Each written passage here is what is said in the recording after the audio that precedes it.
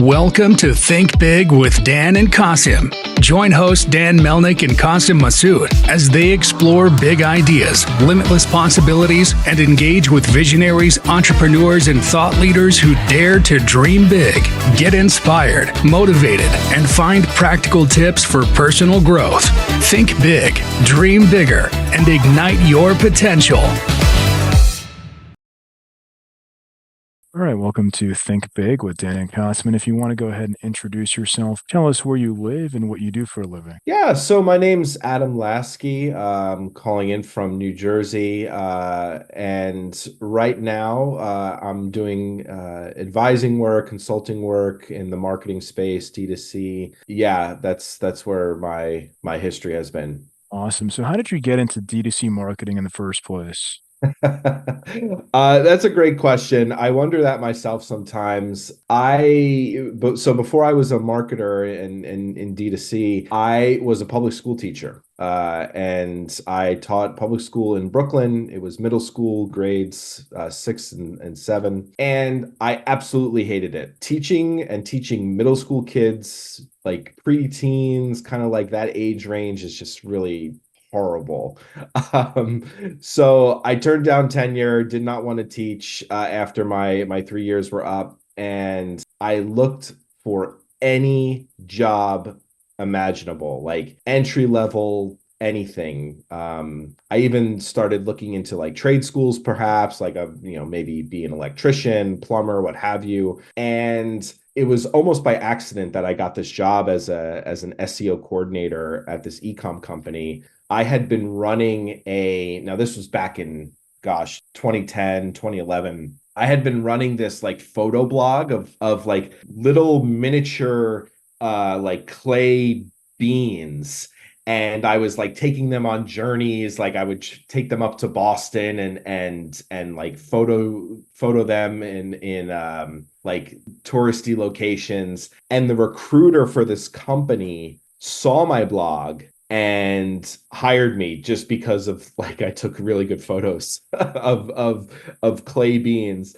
And so I started as an SEO coordinator, did not know anything about SEO, didn't really know anything about anything, but I was really good at learning on the fly and learning quickly. And so yeah, that's how I got my start. Was accidental, 100%. Awesome. So I guess in terms of today, right? So like, are you working with certain brands, or I guess like how exactly do you work with people in 2024?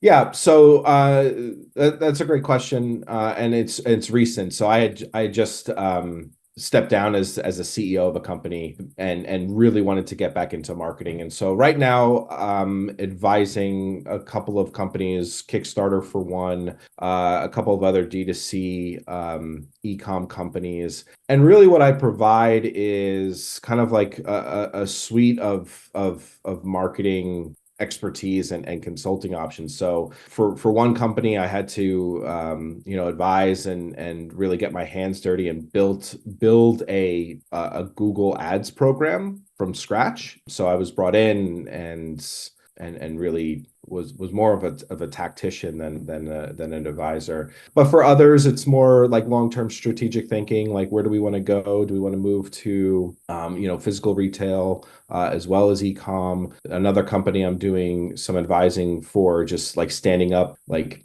Google Tag Manager, Meta Pixels, Google, G tags. So it's like a range of services that I advise on. I also I'm part of a 700 person PPC group. I was one of the founding members, and there I consult and advise and coach like up and coming PPC experts, people that need help, that might be a year into their career, 2 years into their career, want to get some advice on how to structure a Google Ads program. So yeah, it runs the range. So, I mean, I guess obviously there is a huge debate now in e-commerce. I know I'm assuming that you're probably more in favor of the Google, side of things, that people are saying, oh, like, Meta is better, TikTok is better. I mean, obviously, like when you're advising or working with different brands, like, do you feel they should be on all these different channels, or is Google really like the main one that you're focused on 100%?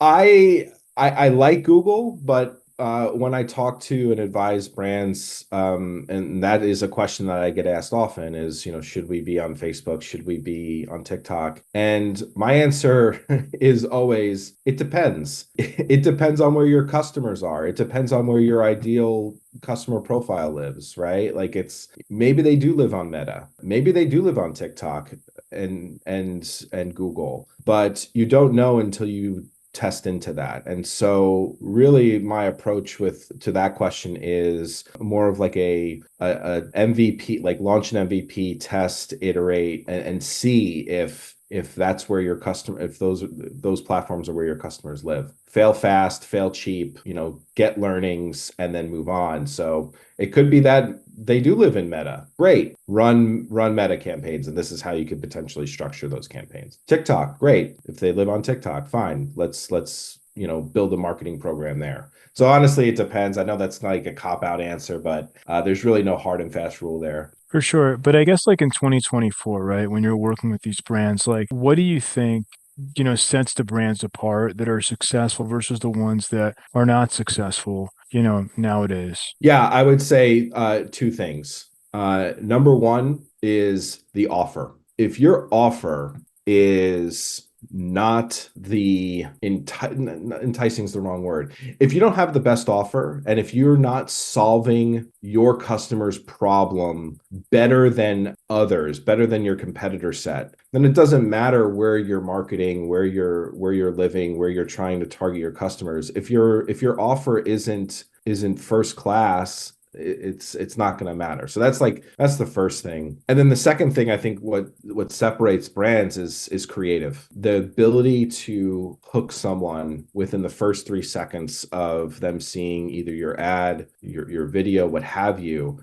It's creative 100%. And if you're not investing heavily in a not just the creative assets, but investing in a testing program where you're learning what the creatives are telling you, or what the creative performance is telling you, what customers are telling you through, whether they're clicking or not clicking, or viewing or not viewing, and having like that rapid ad creation loop that's based in learnings. That's what I think separates those top brands from the brands that fall by the wayside. For sure. I feel like all the top brands, like you said, right, are running tons and tons of A/B testing. Like I always say, it's like the top brands in America, obviously they have, tons of budget, but like they're running, 3, 4,000 plus different ad copies per year.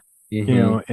And that's because, to your point, you're constantly testing and iterating based on the current trends. Yeah, exactly. And think about, what Google, I'll pick on Google and Meta in this example, but what Google and Meta are doing is they're basically leveling the playing field. So what I mean by that is, back in 2010, 2014, 2016, what have you, there were ways that brands and specifically marketers could get in front of audiences just by pulling some different levers, structuring their campaigns differently, targeting specific keywords and audiences. There were like ways to kind of like nuance that. But now with, Performance Max, broad targeting, Advantage Plus, Google and Facebook have basically leveled that playing field as they've taken away those advantages and basically allowed or told marketers to trust them in their targeting. And so what's the differentiator then? Well, it's got to be creative. It's got to be what you're saying to your customers, because all those different targeting options are going by the wayside. Same thing with Google. How are your Performance Max assets better than your competition? How is your offer better than the competition? There's no like secret sauce, or I should say, the things that separated marketers in 2016 are no longer viable. For sure. So obviously now in 2024, everybody's looking for the best use case of AI, right? That's kind of like the buzzword of now, of nowadays. So I guess in your opinion, like where do you feel AI plays a role when it comes to e-commerce ads specifically? Yeah, I think that is the question, right? So I view AI's role in a number of different ways. Number one, I think it's a thought starter. It helps unblock marketers when they're trying to come up with creative ideas to test, copy to test, things like that. Potential, now with like creative AI, like, potential images to it's almost like a jumping off point. And so that's kind of where I've started with my, working with AI, working with, ChatGPT and Gemini. But also there's ways to use AI to, let's say write ad scripts for Google. Ways to automate some of your workflows, and kind of like tease out some of the data points that you would need. There's ChatGPT has an ad script bot that you can use to create those ad scripts. So there's a couple of different ways that AI plays a role. Yeah. So I guess like, do you feel like there's value for AI in the form of like a chat, where it's like a chat bot, like the AI chatbots that are coming out now? Do you think that's something that, for the brands that you work with, would you recommend them adding something like that, like on their website if they're running traffic from Google to landing pages, for example? Like using AI, like an AI chatbot, like on site to help guide customers. Yeah, yeah, Yeah, I think so. I think there is value there. I mean, it's you're basically gathering data points, right? You're kind of understanding, where those users are experiencing pain points, where they're dropping off, why are they dropping off. I think AI is a really good data collection tool and an analysis tool that can help marketers kind of come up with what the next tactic would be, or kind of validate kind of a longer term strategy, or a hypothesis on what the next move is. for sure. So what would you say is like the one biggest piece of advice that you wish you knew before you got into e-commerce in the first place? Oh man. That is a great question. If I could go back in time and tell myself something, I would say it's not about how do I put this? It might sound simple, but it's the understand your customer. Understand your customer first. Don't go straight to like marketing campaigns and like building. Don't go straight to building. Understand your customer first. Understand their real pain points and then solve the problem. Don't come with a solution first and then like try to find people with that problem. Understand the problem first, because brands that understand the problem first are better adapt to solve it for those customers. So yeah, that's what I would say. For sure. So if we're going to have this conversation again in 1 year from now, where do you see things going for your business and just for e-commerce in general? I think e-com is going to, that's a good question. And I'm of kind of like two minds. First, I see, because barrier to entry is so low, I see an extreme fragmentation of e-com, very hyper niche. That's kind of like one side. But at the same time, I do, and this is something that I fought against, in my two other companies that I either ran or ran marketing for. Google and Meta trying to commoditize brands and keep the user experience on Google or in Meta, and really own the customer there. And you can also then say Amazon as well. So I think like brands are really going to have to distinguish themselves to fight against becoming a undifferentiated commodity, as Google just continues to eat up, that Google and Meta and Amazon. I think it's like a war between those three, to be honest with you. What about TikTok? Are they in the picture? I don't know, man. I mean, to be honest, I love TikTok. I'm on it all the time.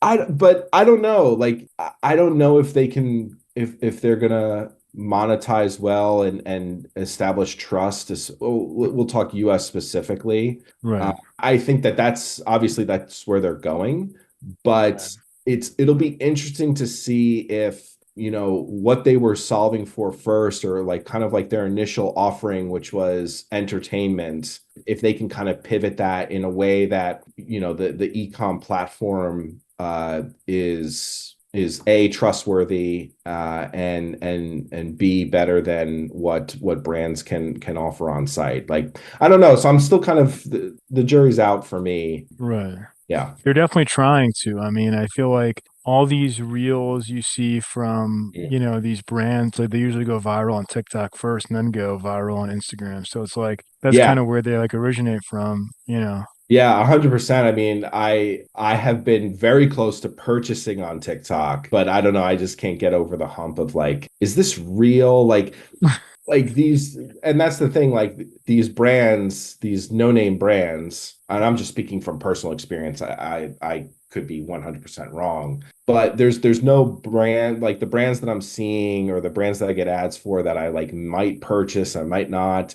I have no idea who they are. I don't know if it's going to Right. be a scam or not, right? Like, and so I think that there's gonna, and because of the low barrier to entry, you can have these, I'm not going to call them shady brands, but brands with no trust or very little trust. Yeah, I've seen it, yeah. And I've talked to people that have quote unquote like gotten all their sales from organic TikTok. I Mhm. mean, we've had Yeah. people like on this podcast, so it's like, I don't know.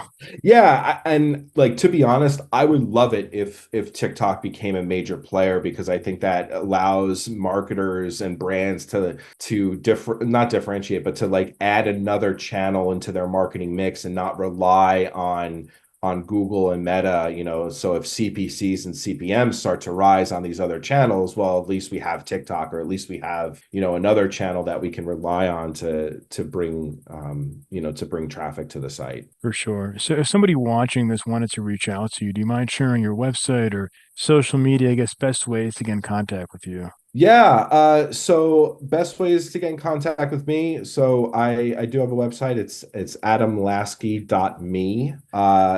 And then you can also find me on LinkedIn, and my handle on LinkedIn is Adam J. Lasky. Awesome. Well, Adam, thank you so much for your time today. Thanks, Dan. Really appreciate it. Likewise. All right. Bye. Take care. Bye.